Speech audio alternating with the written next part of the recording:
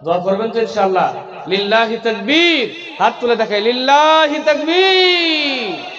আল্লাহ তুমি সকলের হাতকে কবুল মঞ্জুর করো, সকলে বলেন আমিন। আমার ভাইরা, আমার বন্ধুগণ, আল্লাহ রাব্বুল আলামিন পবিত্র কোরআন শরীফের মধ্যে এত সুন্দর করে বলে দিলেন ওয়াল আসর। এ বান্দা, জমিনের মধ্যে আল্লাহ সময়ের কসম খেয়ে বললেন, জোরে কোন সুবহানাল্লাহ। এ বান্দা,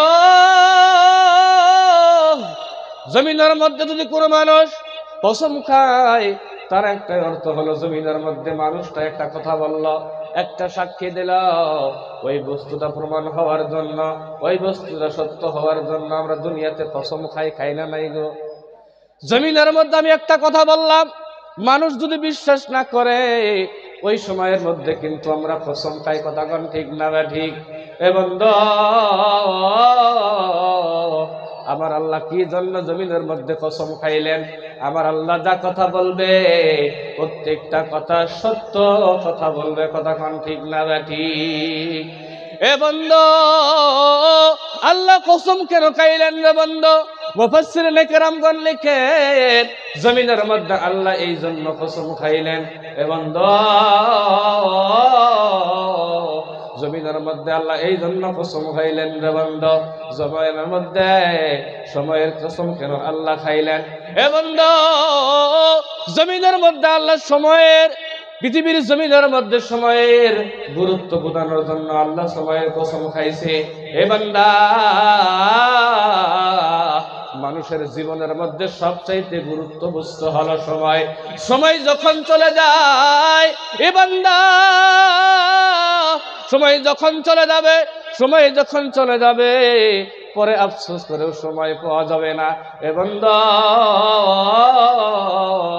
জমিনের মধ্যে সময় যখন চলে যাবে রে যুবক, এ যুবক,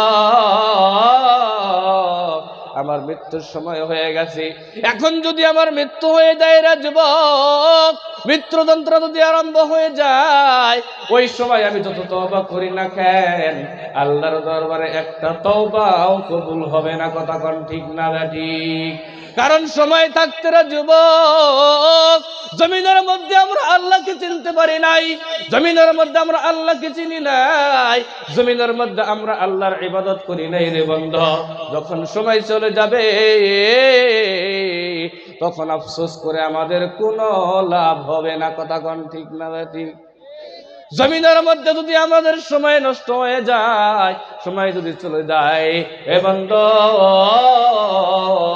জমিনের মধ্যে সময় চলে গেলে আমরা যত কিছু চেষ্টা করি না কেন, আমাদের সময় চলে যাওয়ার পর পরে আফসোস করে আমাদের কোনো লাভ হবে না। এই জন্য রে যুবক, কখন কার মৃত্যু হয়ে যায় জমিনের মধ্যে কিন্তু বলতে পারবে না কেউ। আমার কখন মৌত হবে, আমি কখন দুনিয়ার জমিন ছেড়ে চলে যাবো রে যুবক। এ যুবক, পায়ের মধ্যে হাতটা রেখে দেয় রে যুবক। এ যুবক, কার কখন মৌত হয়ে যায় জমিনের মধ্যে কেউ বলতে পারবে না, জমিনের মধ্যে কেউ বলতে পারবে না রে যুবক। এ যুবক, এখন যদি আপনি আমার আল্লাহর দিকে রাজি হয়ে যান, রুজু হয়ে যান, আমার আল্লাহ বলে, যখন কোন বান্দা পৃথিবীর জমিনের মধ্যে যুবক, এ যুবক, যখন কোন যুবক বান্দা আমাকে আমার আল্লাহকে রাজি করার জন্য, আমার আল্লাহকে খুশি করার জন্য যখন নামাজের মধ্যে দাঁড়ায়া যায়, নামাজের মধ্যে যখন সিজদায় চলে যায়, আমার আল্লাহর আরশ মাওলা থর থর থর থর করে কাঁপতে থাকে, তখন আমার আল্লাহ ফেরেশতাদেরকে ডাক দিয়া বলে, এ ফেরেশতারা দেখো, দুনিয়ার জমিনের মধ্যে আমার কিছু যুবক বান্দা জমিনের মধ্যে দেখো কত সুন্দর করে দুনিয়ার লোভ লালসা বাদ দিয়ে দুনিয়ার সমস্ত কিছু ত্যাগ করে, দেখো আমার কিছু যুবক বান্দা নামাজের মধ্যে দাঁড়ায়া গেছে। ও আমার ফেরেশতা শুনে নাও, জমিনের মধ্যে শুনে নাও, আমার ওই যুবক বান্দার গুলির জিন্দেগীর সমস্ত গুনাহ আমি মাফ করে দিলাম। এ বন্ধু, জমিনের মধ্যে আল্লাহ এই জন্য সময়ের কসম খেয়ে বললেন, ও পৃথিবীর মানুষ শুনে নাও, জমিনের মধ্যে সবচাইতে গুরুত্বপূর্ণ জিনিস হলো সময়। সময় যখন চলে যায় তখন কোনো আফসোস করে লাভ হবে না। কথা কোন ঠিক না ঠিক? এই জন্য মরণের আগে আমরা সকলেই যিনি জমিনের মধ্যে 5 ওয়াক্ত নামাজ ইহতিমামের সহিত পড়ার চেষ্টা করবে ইনশাআল্লাহ। হাত তুলে দেখাই, লিল্লাহি তাকবীর। আল্লাহ তুমি সকলের হাতকে কবুল মঞ্জুর করে নাও, সকলেই বলেন আমিন। তো বন্ধুগণ আমার, আল্লাহ বলেন ওয়াল আসর। ভাই একটু ইকোটা কমায় দেন, ম্যাকম্যান ভাই কোথায় গেছেন? ইকোটা একটু কমায় দেন। জমিনের মধ্যে আল্লাহ বলতেছেন পৃথিবীর মধ্যে ওয়াল আসর, আসর নামাজের সময় খেলেন, সময়ের কসম খাইলেন।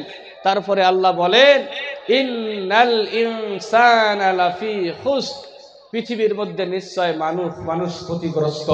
পৃথিবীতে মানুষ যা রয়েছে প্রত্যেক মানুষই ক্ষতিগ্রস্ত। এবার আল্লাহ প্রত্যেক মানুষের কথা বলে ইন্নাল ইনসানা লাফি খুসর। আল্লাহ মানুষের কথা বলতেছেন যে পৃথিবীর মধ্যে মানুষ ক্ষতিগ্রস্ত। এবার আল্লাহ পরেই বলতেছেন ইল্লাল্লাযীনা আমানু ওয়া আমিলুস সালিহাতি ওয়া তাওয়াসাউ বিল হক ওয়া তাওয়াসাউ বিস সবর। আল্লাহু আকবার। আল্লাহ বলেন ইল্লাল্লাযীনা আমানু, মানুষ ক্ষতিগ্রস্ত, কিন্তু 4 শ্রেণীর মানুষ ক্ষতিগ্রস্ত হবে না। 4 শ্রেণীর মানুষ আমার আল্লাহর জান্নাতের মধ্যে চলে যাবে। জোরে কোন সুবহানাল্লাহ। আমার ভাইরা, আমার বন্ধুগণ, 1 নম্বরের মধ্যে আমার আল্লাহ বলে ইল্লাল্লাযীনা আমানু। জোরে কোন সুবহানাল্লাহ। আমার বন্ধু, আল্লাহ বলে জমিনের মধ্যে 1 নম্বর মানুষ হলো, 1 নম্বর মানুষ যারাই জমিনের মধ্যে যারা ঈমান এনেছে। জোরে কোন সুবহানাল্লাহ। এ বন্ধু, জমিনের মধ্যে যারা ঈমানদার ব্যক্তি তারা দুনিয়াতে কোনো দিনও ক্ষতিগ্রস্ত হবে না। জোরে কোন সুবহানাল্লাহ। এ যুবক, জমিনের মধ্যে সাহাবারা কেমন ঈমান এনেছিলেন? তিনাদের ঈমান কত মজবুত ছিল রে বন্ধু। এ বন্ধু, জমিনের মধ্যে আমাদের ঈমান তেমন করতে হবে, জমিনের মধ্যে আমাদের ঈমান তেমন করতে হবে। জোরে কোন সুবহানাল্লাহ।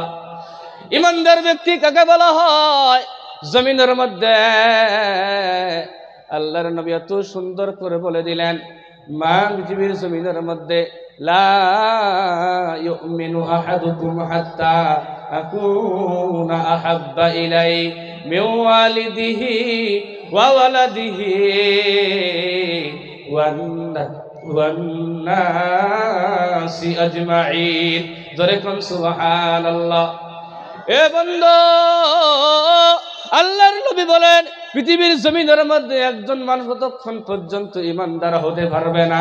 জমিনের মধ্যে যদি ঈমানদার হতে চান, আল্লাহর নবী বলে একজন মানুষ ততক্ষণ পর্যন্ত ঈমানদার হতে পারবে না যতক্ষণ পর্যন্ত আমি নবীর মুহাব্বত জিন্দেগীর সকল বস্তু চাইতে না হয়।